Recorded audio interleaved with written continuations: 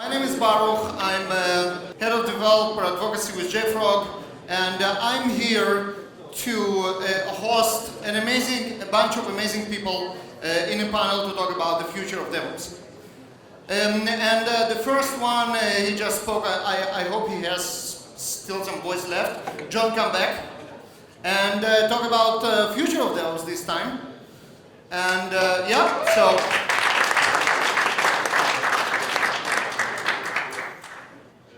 The next, I want to invite also a very special guest, and you are like, oh, what is she doing on stage? That will be Rona Segev. Rona, she's a managing partner she's an investor. She actually gives you money, and I think that your perspective will be unique and very interesting on DevOps because, it's very different from what we technical people have to say. So thank you very much for being with us. My CTO and Co-Founder, Yoav Landman, JFrog. He's my co-author of the Liquid Software book together with Fred Simon. And he's behind the concept of liquid software and also behind JFrog products that you know all and love. Another very, very special guest is Jessica Deen. She's a senior cloud advocate with Azure and Cloud Avenger. And first of all, thank you very much for being here with us. Let's start talking about DevOps and let's start, before we go into the future, let's start with the past. We are at 10 years of DevOps now, right? In a couple of months, there will be an anniversary DevOps Days conference in Ghent when it all started exactly 10 years ago. And in this point of time, what is your opinion on the state of DevOps today? What did we achieve? Where did we fail? And how, is it a thing already or what's missing? The one thing I want to say about DevOps is there's been this sort of cursing and bless. The cursing is everybody who comes into it wants some canonical definition, and like they want to hear the definition of DevOps and give me that sort of Agile Manifesto version, and there is none. And that's sort of the curse of DevOps, right? We struggle. The blessing of DevOps is there is no one description, and it's sort of like, I think Shlomi did a great job about like this, what people, voted with their feet. It was the first movement in my 40 years where it wasn't vendor driven originally. And it had a good run before even the vendors sort of morphed into it in negative ways, which happens with any movement. So again, I think there's this beauty of the curse and blessing of sort of the guardrails of DevOps that have become sort of, it is what it is today because of that. Yeah, for me, and I'm not technical at all, but for me, it's something really dramatic change in the world. And it started probably more than 10 years ago, but in the last 10 years you really see it, and this is the pace of change, okay? That is increasing dramatically, exponentially actually, and it's creating new problems. And DevOps, agility, I don't know how to call it exactly, the culture of DevOps is something which is our response to this new pain. And I don't think we can measure ourselves at any specific point. It's kind of a process, and my belief is we are just starting. We haven't seen 90% of the issues and problems that we will face in the future as this culture will evolve. So for me, we made an amazing progress in a very underacted way. When we started even as JFrog, we created a domain that didn't exist before around managing binaries, and then other domains came in such as log management and APM and DevSecOps and all that kind of things that allow us to accelerate the creation of software. And we made it to a point where we think we are mature, but we are not really mature. But we managed to feed the monster. Everyone was talking about the pace that software is happening. I like an anecdote made by Kit Merkel, our VP BizDev, about the Y2K bug. I always like to use this example. There is no human resource in the world today to fix something like the Y2K bug. The software just grew immensely. So this is where we, for me, succeeded. The area where it's not really failure, but it's kind of something that I think we are oblivious to, is the fact that a lot of efforts in the market today are done by cloud vendors, and a lot of areas that are not generating cash for cloud vendors are not getting the kind of innovation that they should have. Some examples is even Kubernetes. It didn't came around to where it is until there was some initiative from cloud vendors to fight Docker. I have to be honest here. Another thing is IoT, which it's a wild west today because nobody picks up the glove of standardizing something that innovates there. Security is another aspect, so many standards, so many competing products, and no big database that gives SHAs to software products. It's just crazy that it doesn't exist, so this is where we are kind of losing path to being very much cloud-oriented. Yeah, I agree with everyone up here, and I do think that DevOps is hard to find a standard definition that everyone really kind of agrees, because it's kind of slowly evolved. There's some key points that I think have stayed pretty consistent throughout the 10 years, but the definition that I really like, that I've heard, and then I'm going to give an even simpler definition, is the union of people, process, and products to enable continuous delivery of value. If you're not delivering value, what are you doing? So over the past 10 years, by having a standard set of practices, we've really enabled several companies, several large companies, many of them startups, many of them now, they didn't exist 10 years ago, now they're Fortune 500 companies, Airbnb, Uber, Facebook, all of these were just getting started. We've enabled them, and JFrog, by the way, hi. We've enabled all of these companies to really kind of become these high-performing, value delivery, value-driven companies. But where have we failed is now we have all these new systems, this new complexity that really kind of is built on top of DevOps practices, i.e. Kubernetes, that is so complex we don't have a good way of handling security, handling things in other areas like IoT, machine learning, AI, and we're still trying to figure out how we can continue that growth and that momentum. So for all we've done in DevOps, I 100% agree. We're just getting started. Yeah, and thank you. And based on this, that we're just getting started, I would say the next question that I want to ask is, okay, so we all know what is DevOps by now. We all know that DevOps engineers do not exist, regardless what LinkedIn says, and that it's not a person, it's not a job, those are practices, culture. We know that, and it looks like the industry starts to get that. And there is an opinion that in a couple of years, the term DevOps itself will disappear, because once we embrace those practices, once we embrace this culture, it will just be normal software engineering. That will be how people write code, so we don't need, or deploy code and provide value.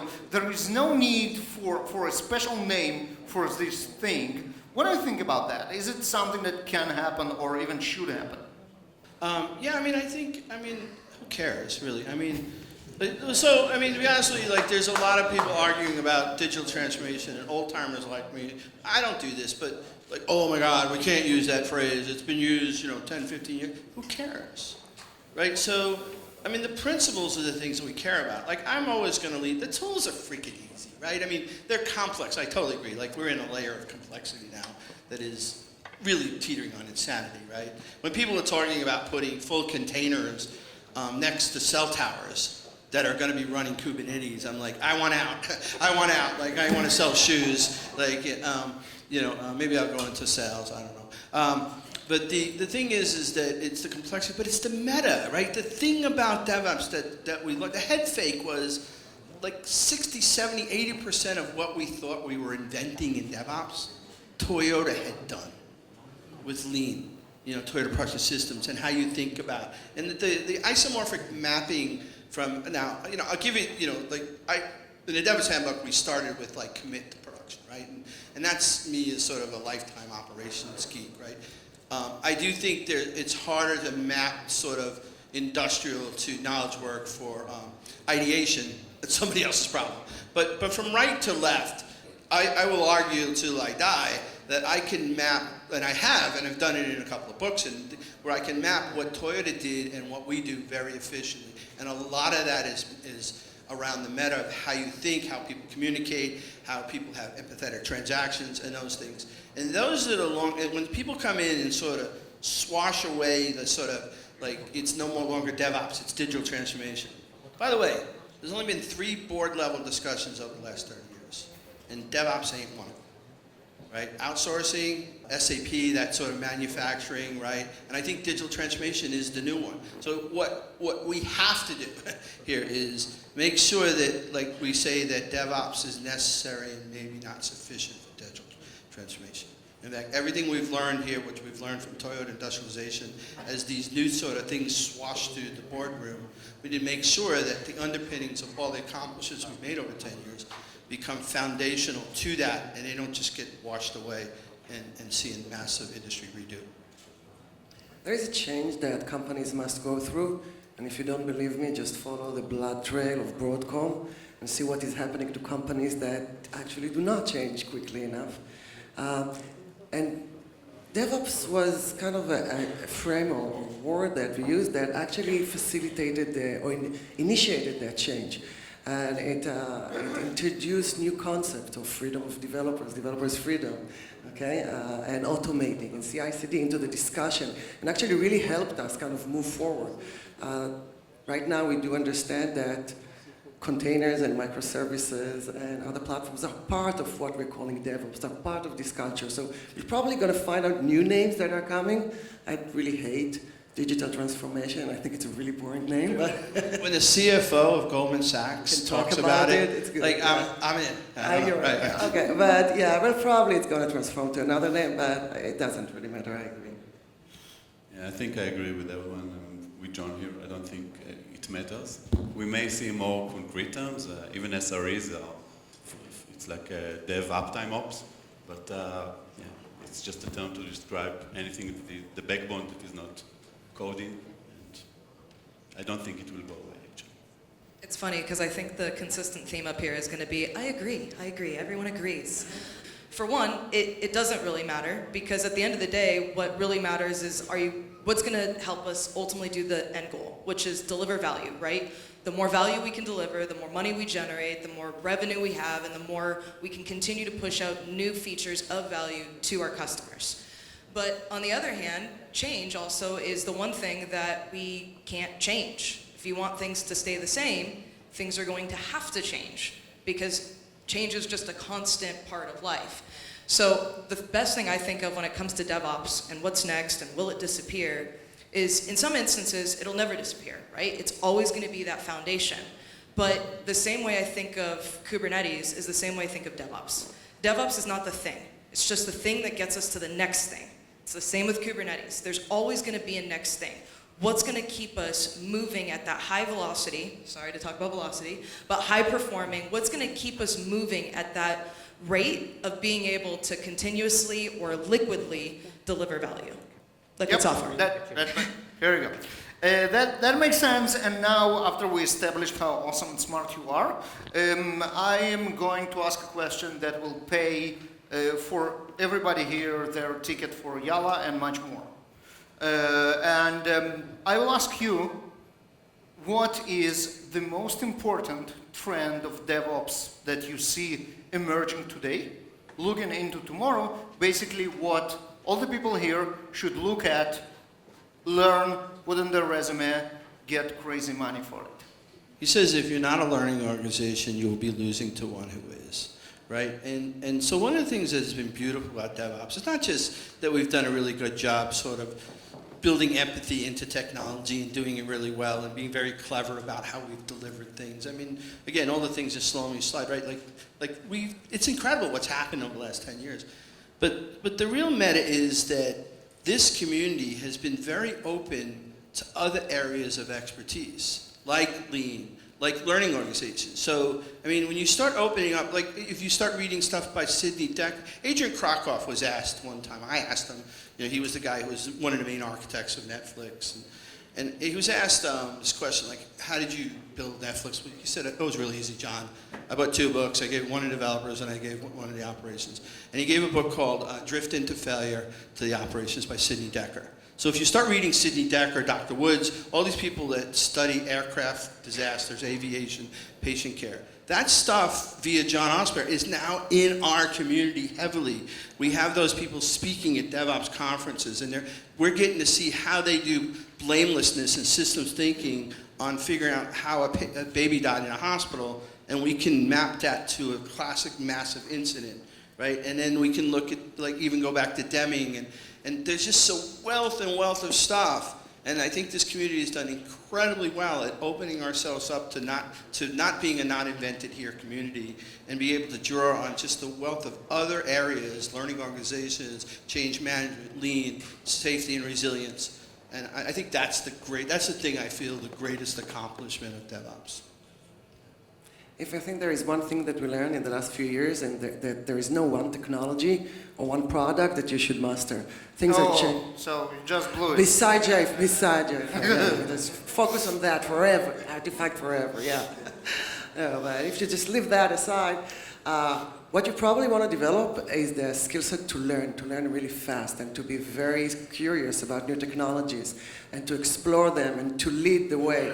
Because if you want to stay ahead, and if you want to lead your organization and not be the poor guy that maybe will get fired soon, you need to always kind of master the new things that are coming, very quickly decide on which one you want to focus. So that's my career advice to you. I'm surprised nobody said AI. AI, of course, AI. And no, I'm joking. For me, it's more practical. It's the transparency all the way to the runtime, which I think is absolute critical. And I think we will start seeing, so John alluded to that earlier, I think we will start seeing solutions around that. You have to understand that we are talking about, so this is also what we're seeing in JFrog, this super DevOps thing. These are very small teams. Maybe they boast of being agile, but reality is they cannot handle the complexity of the development, and those teams may be like, we had one team in one of the largest customers, 50,000 developers, not capital, and they just scaled their team from 12 to 20 people. So this is the amount of people serving 50,000 developers. And knowing what's being run in your runtime, that it has attestations, that it has checksums for everything and digital signatures, and you can verify a piece of code, and you can tell which developer committed the change that ended up in executing this build, and doing the security scanning on this piece of code, and you have very good validity of everything that is in your runtime and visibility. That's the only path to this liquid software thing which we are talking about, which is all about continuous updates. It's about being able to push software automatically very, very quickly, and without visibility all the way in the runtime, it's going to be impossible to achieve. Yeah, I think everyone covered a lot of things really well. The first thing that kind of also popped into my mind might upset a few people, but I was reminded by a session I did. It was actually one of my first sessions ever a few years ago, or about 5 years ago. And it was a session titled, "You're Not As Important As You Think You Are." And I still believe that today. I think that's one of the best things we as engineers can learn. We tend to think, and I think that was one of the key takeaways I actually took from the Phoenix project, is I always have to do everything. I'm the person that knows it all. Why? You have a team for that. You have to be willing to learn. You have to be willing to lean on your team. You have to be willing to be transparent. The ability to be agile and flexible, and I feel like now I've covered lean, agile. What other words do I need for buzzwords? XP. Yeah.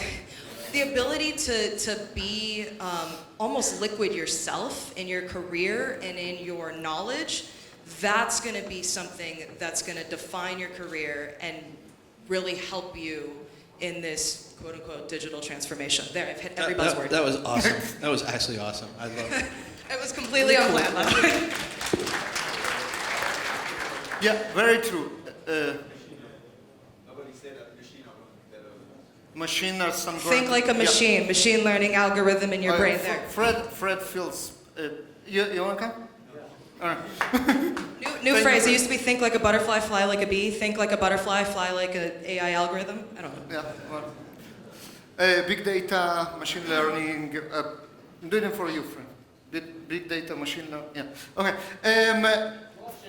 Blockchain. Thank you. Yeah. Okay. Now we're good. All right. Yeah. Thank you very much, folks. I think those are good advices. I'm afraid a little bit less practical than people here hoped. Let me just chip in with some practical and then talking about the books. So I think the most important publishing house today is IT Revolution. The Phoenix Project, the DevOps Handbook, and a lot of other very important books that have very practical advices on how can you be better in what you are doing out there. Another great author from IT Revolution is Mark Schwartz, and namely The War, Peace, and IT is an amazing book. A Seat at the Table, or The Art of Business Value. So, yeah, I mean, when you go in a company, and the question he asks in the book, which is, where does your CIO sit? If they report to the CFO, you're not a software company. So, and even for us who are not CIOs, there are a lot of very important takeaways. So read books. Idea Revolution is a great source of those great books. The last question that I wanted to ask the wonderful panel is, okay, I think by now, after 10 years, we've pretty much figured out DevOps, at least for the server side, the cloud native, the on-prem service that we provision. But there is a vast ocean of other domains. IoT is one of them. Big data and machine learning is another of them that they don't do DevOps. They don't know DevOps. They don't understand why they need them and they're needed. And I think my last question would be, how do we penetrate to other areas which are outside of our comfort zone, which is, okay, servers, Kubernetes, cloud? You know, as I get older, I get very cynical. But you know, I think we have a train wreck coming. And so Nick Carr in 2007 wrote The Big Switch, which was this idea that basically there were only going to be 3 data centers in the world. And he was kind of right? Like, we kind of only have 3 data centers right now. But here now, all of a sudden, when you start thinking about sort of edge, right? And so it's not about IoT. Like, IoT is fascinating about devices that might be in light bulbs and all that. But the real problem is, this is a complete anti-pattern where people now are sort of jumping completely out. And like I said, they're struggling because they have to put compute power of a large, I'm not talking Docker containers, I'm talking physical containers that they have to house next to cell towers, right? And they're struggling to think, what do you put in there? You know, and when I hear somebody say Kubernetes, like I want to die and puke and think about like, how is somebody going to get into the container and like the complexity. And so I do think we have a problem where like we have sort of evolved into 3 data centers. And there's a possibility that it isn't going to be about the fascination of every device has something in it. It's going to be that we're going to have struggle as an industry to sort of revert to a distributed model of compute that's going to be able to support all the gateways that are going to have to aggregate all this knowledge. And I don't know that our ability as an industry that can't even keep up, you know, 50,000 DevOps engineers for what we have today. Imagine when there are basically, God forbid, Kubernetes at every, you know, racks full of containers sitting around every cell tower. And how are we industry like going to possibly manage this when we're pretty ugly technology-wise right now? I mean, you know, glorious stuff. But at the end of the day, I don't think Kubernetes and Yalla and Helm charts and all this stuff that goes into service mesh and Istio and Envoy has made our life any simpler. And I think we got a train wreck coming up. Actually, I agree. I don't think we solve DevOps at all. I think we're just starting. I think there is a road. People believe that at the end of the road there is agility. What they don't understand that like a few centimeters after agility there is a huge hole which is called complexity and chaos. And most companies very quickly find themselves falling inside. And I think the future, actually, of DevOps and what we will see becoming more and more crucial in the next few years is how do we help those companies not to fall into this hole or actually stay in the agility. And it's probably bringing some kind of order, some kind of visibility, some kind of policies that are kind of automated and you don't have to reinvent everything in order kind of to take you back, like a step back into the place where is agility and not to the place which is total chaos.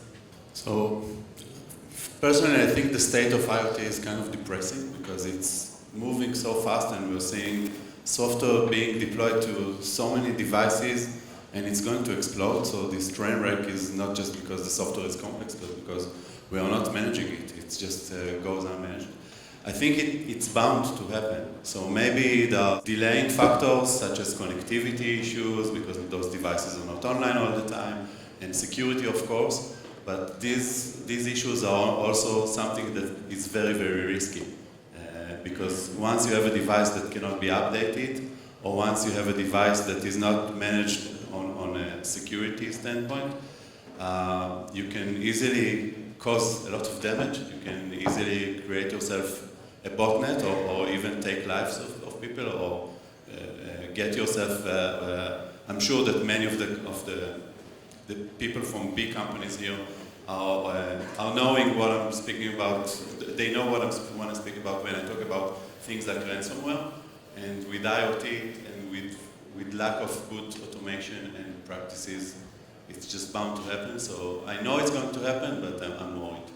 I think any community really, for as much as we have accomplished with DevOps itself, I still talk to on a regular basis, and I'm sure everyone on this panel talks on a regular basis, still convincing people of, again, any community, not just IoT or machine learning, why they need DevOps, why just having a DevOps engineer or a DevOps team, which isn't a thing, by the way, that's just like having a silo and keeping a team in the back corner, that we're still trying to convince people of the value of that.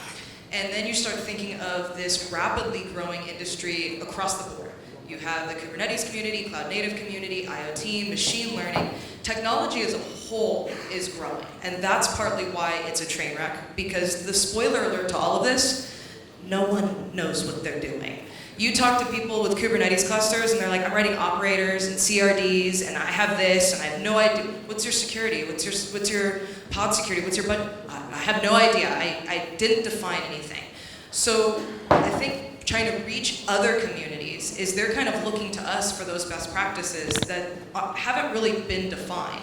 So those communities are either going to learn from our failure as far as people that are doing cloud native technologies now, or they're going to learn by us figuring it out. But either way, I think the biggest thing is we're going to have to end up coming together as a giant community and work together. Because as we sit here and kind of keep silos in individual technologies, we're going to have just a different version of a DevOps conversation. So I think the biggest thing to reach those communities is continue to strengthen relationships, work together, and really try to learn from failure, because it's bound to happen. Thank you very much, Jessica. You saved us from a very depressing last question. Thank you. Thank you all.